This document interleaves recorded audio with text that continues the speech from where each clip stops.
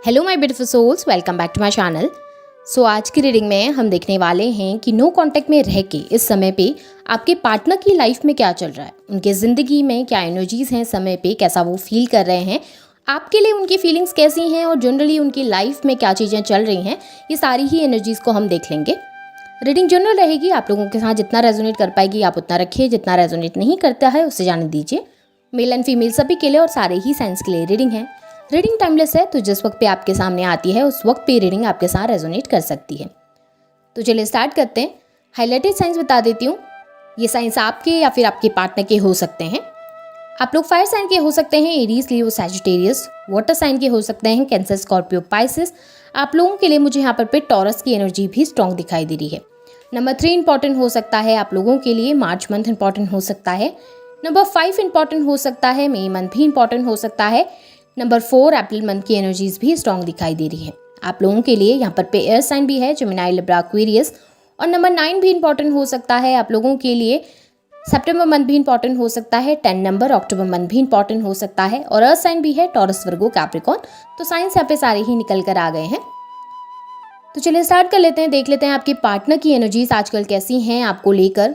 सो यहाँ पे अगर सबसे पहली एनर्जी में देखूँ तो मुझे नज़र आ रहा है ना कि आपने इस रिलेशनशिप के लिए बहुत ट्राई किया था। पास्ट की एनर्जी में बता रही हूँ कि आपने बहुत ज़्यादा ट्राई किया था, बहुत कोशिश कर रहे थे इस रिश्ते के लिए, लेकिन आपके पार्टनर बार बार आपको नेग्लेक्ट कर रहे थे, बार बार आपको रिजेक्ट कर रहे थे। या फिर कहूँ कि अगर आप कॉल करते हैं तो वो रिसीव ना करना, मैसेज करते हैं तो रिप्लाई ना करना, देख के भी उन चीज़ों को अनदेखा करना।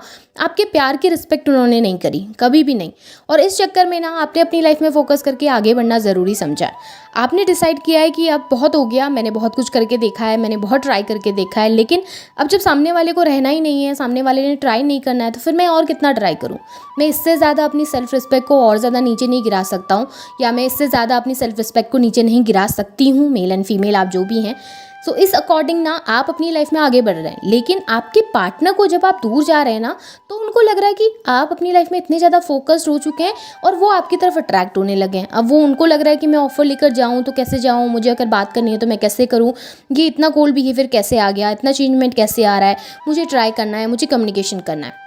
ऐसा नज़र आ रहा है कि जब आप दूर जा रहे हैं तो आपके पार्टनर के दिल के अंदर इच्छा हो रही है आपसे बात करने की, आपसे कम्युनिकेशन करने की, क्योंकि उन्होंने जिन लोगों के लिए आपको छोड़ा ना, उनकी लाइफ में जो और लोग थे जिनको देखकर उनको लगता था यार ये तो मेरी लाइफ में रहेंगे तो मेरी लाइफ बहुत अच्छी होगी, मैं बहुत हैप्पी रहूँगा इन लोगों के साथ, उन लोगों ने आपके पार्टनर को सिमिलर एनर्जीज देना स्टार्ट कर दिया, उन लोगों ने आपके पार्टनर को नेग्लेक्ट करना स्टार्ट कर दिया।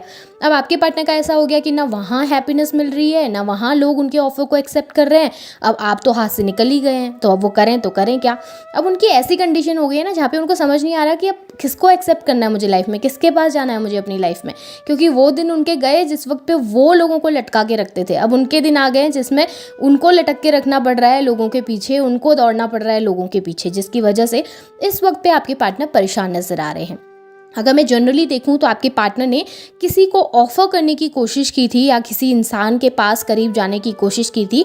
अब ये हो सकता है कोई थर्ड पार्टी भी थे आप लोगों के अलावा, आपके पार्टनर की लाइफ में कोई अगर दूसरा पर्सन था, तो आपके पार्टनर ने ट्राई किया था उनकी लाइफ में जाने का या उनको अप्रोच करने का, लेकिन उस पर्सन ने आपके पार्टनर को रिजेक्ट कर दिया है, जिसकी वजह से आपके पार्टनर इस वक्त पे बहुत दुखी हैं अपनी लाइफ में, एक सैडनेस को फील कर पा रहे हैं।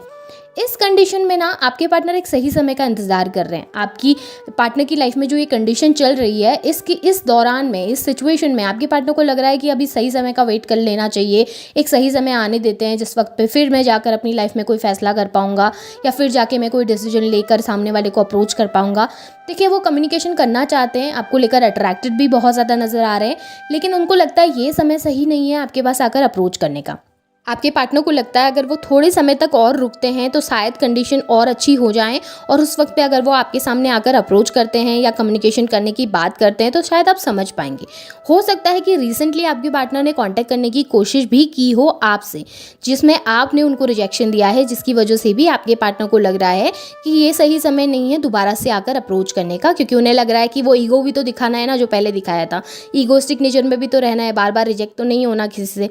इसी की वजह से आप आपके पार्टनर थोड़ा सा वेट करते हुए ज़्यादा दिखाई दे रहे हैं, लेकिन अट्रैक्टेड आपकी तरफ बहुत ज़्यादा हैं, कम्युनिकेशन करना चाहते हैं, कनेक्ट होना चाहते हैं आपके साथ, और वो टाइम जो आप लोगों ने स्पेंड किया था उसे वो फिर से चाहते हैं। वो चाहते हैं कि किसी भी तरीके से कुछ ऐसा हो जाए कि फिर से टाइम चेंज हो जाए उनकी लाइफ का, और उनकी लाइफ में सारी ही चीज़ें सही हो जाएं।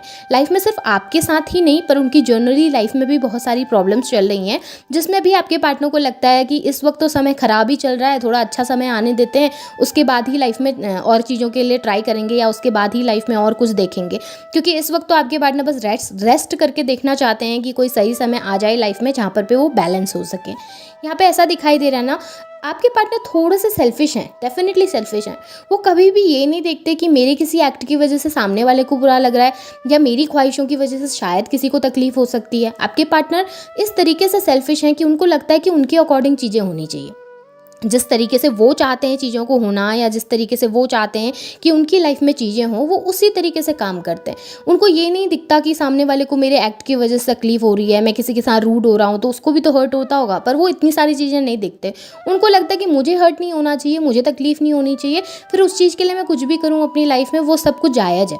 अगर वो अपनी खुशियों के लिए किसी को हर्ट भी कर देते हैं ना, तो वो 2 बार सोचते नहीं है कि मेरी वजह से शायद उसको तकलीफ हुई होगी। और यही सिमिलर एनर्जीज आपके साथ हुई थी। जब उन्होंने लाइफ में फोकस करने की सोची, आगे बढ़ने की सोची, तो उन्होंने आपके साथ बहुत कोल्ड बिहेवियर रखा, जिसकी वजह से आपको बहुत तकलीफ हुई है। और वही एनर्जीज आपके पार्टनर की चली आ रही हैं, और स्टिल वो एनर्जीज चल रही हैं आपके पार्टनर की, जहाँ पे आपके पार्टनर ना बहुत कोल्ड बिहेवियर और बहुत ज़्यादा सेल्फिश बिहेवियर लेकर बैठे हुए हैं। अगर उनको नज़र आता है कि आपकी तरफ फ़ायदा है ना, तो वो आपके आगे पीछे घूमेंगे, लेकिन अगर उनको नज़र आएगा कि नहीं, कोई फ़ायदा नहीं है उसकी तरफ जाने से, तो आपके पार्टनर उतने ही जल्दी मूव ऑन भी कर लेंगे और अपनी लाइफ में फोकस भी कर लेंगे। बहुत ज़्यादा ग्रीडी पर्सन नज़र आ रहे हैं। अब मुझे ऐसा भी नज़र आ रहा है कि आपके पार्टनर को ज़िंदगी में सब कुछ चाहिए, आपके पार्टनर को ग्रोथ चाहिए, रिलेशनशिप भी अच्छे होने चाहिए, फाइनेंस में भी सारी चीज़ें अच्छी होनी चाहिए, लेकिन उस चीज़ के लिए मेहनत नहीं करनी है, उस चीज़ के लिए कोशिश नहीं करनी है। कहने का मतलब है कि बैठे बैठे उन्हें पकी पकाई खीर उनके हाथ पे चाहिए जिसे उन्हें खाना है, पर उस चीज़ के लिए मेहनत नहीं करनी है, जाकर उसे पकाना नहीं है, बल्कि बैठकर उनको चाहिए कि लोग उनके पास आएँ, उनको वो खीर का प्याला दें और उसके बाद वो खा लें उस चीज़ को। उनको लाइफ में हर एक चीज़ चाहिए, ग्रोथ चाहिए, सक्सेस चाहिए, लेकिन उस चीज़ के लिए मेहनत नहीं चाहिए। उन्हें आपके साथ रिलेशनशिप सही भी करना है, लेकिन उस चीज़ के लिए झुकना नहीं है आपके सामने, उस चीज़ के लिए आके आपसे बात भी नहीं करनी है, उस चीज़ के लिए आके सॉरी भी फील नहीं करना है। भले ही जानते हो कि गलती करी है, भले ही जानते हो कि सब कुछ मेरी तरफ से गलत हुआ है, भले ही सब कुछ पता है उनको, लेकिन कन्फेस कभी भी नहीं करेंगे आपके सामने आके, क्योंकि आपके पार्टनर बहुत सेल्फिश हैं और उनको लगता है कि वही सही होते हैं हर कंडीशन में, और लोग उनके आगे पीछे घूमते हैं, और लोगों ने ही करना चाहिए जो भी करना चाहिए। आपके पार्टनर का बिहेवियर बहुत ज़्यादा टॉक्सिक मुझे दिखाई दे रहा है, और करंट सिचुएशन में तो मुझे ऐसा नज़र आ रहा है कि आपके पार्टनर इस वक्त पे तो कहीं पर भी कोई भी मेहनत नहीं करना चाहते हैं। ना वो किसी तीसरे पर्सन के लिए कोई मेहनत करना चाहते हैं, ना वो आपके लिए कोई मेहनत करना चाहते हैं, ना वो जनरली अपनी लाइफ में कोई मेहनत करना चाहते हैं। वो बस चाहते हैं कि उनको बैठे बैठे सब चीज़ें मिल जाएं। यहाँ पे ये भी दिखाई दे रहा है कि आपके पार्टनर कंफ्यूज्ड भी हैं चीज़ों को लेकर, ओवर थिंकिंग बहुत ज़्यादा करते हैं। आपके पार्टनर ना एक तरीके से मैं कहूँ कि पर्सपेक्टिव बना लेते हैं बहुत सारी चीज़ों के लिए, एक माइंडसेट तैयार करके बैठ जाते हैं कि मैं ऐसा करूँगा तो सामने वाले का रिस्पॉन्स इस तरीके से होगा, या मैं ऐसा करूँगा तो फ्यूचर में शायद ये चीज़ें हो सकती हैं। वो प्रेजेंट सिचुएशन के बारे में नहीं सोचते, वो बस फ्यूचर के आने वाले समय के बारे में सोच कर बैठे हुए हैं कि अभी मैं झुक गया, अभी मैंने सॉरी बोल दिया तो शायद मुझे लाइफ टाइम यही करना पड़ेगा, शायद वो हमेशा मेरे ऊपर कंट्रोल करने की कोशिश करने लगेंगे। आपके पार्टनर इस वक्त नहीं देख रहे कि इस वक्त क्या ज़रूरी है, इस वक्त आपके पास आकर वो एक माफ़ी मांगना कितना ज़रूरी है, ये आपके पार्टनर को समझ नहीं आ रहा।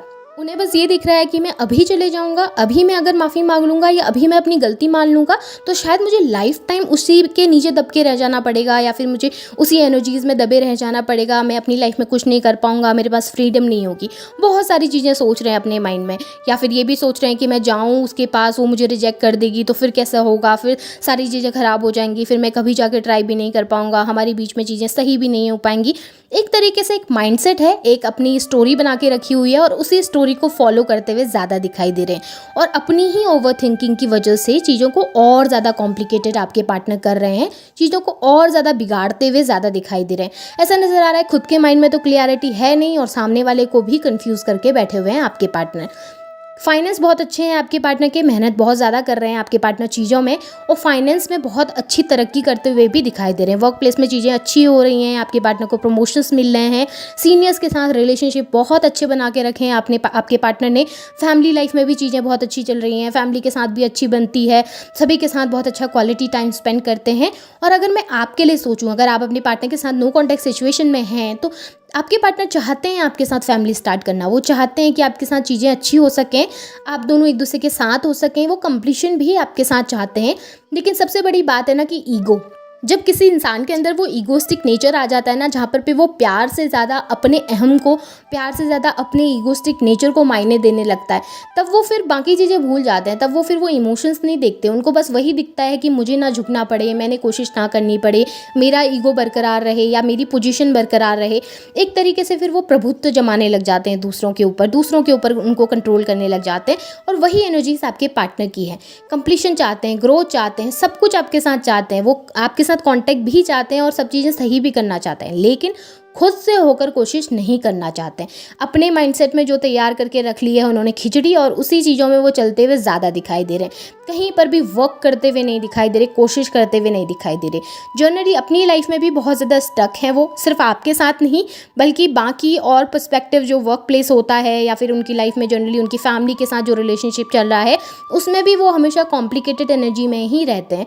और ईगोस्टिक नेचर तो बहुत ज़्यादा आपके पार्टनर के अंदर मुझे यहाँ पर दिखाई दिया है। ऐसा नज़र आ रहा है कि आपके पार्टनर चीज़ों को सही करना चाहते हैं, बट अपने ईगो के चक्कर में इंतज़ार करके ज़्यादा बैठे हुए हैं। सो ये आपके पार्टनर की करंट एनर्जीज, फीलिंग्स हैं आप लोगों के लिए। होप आपके साथ रेजोनेट हुई हैं एनर्जीज, तो इन्हें क्लेम कीजिए, लाइक कीजिए, शेयर कीजिए, चैनल को सब्सक्राइब भी कीजिएगा, बेल आइकन को ऑन करना ना भूलें ताकि वीडियोज़ की नोटिफिकेशन आप लोगों को मिलती रहे। Thank you.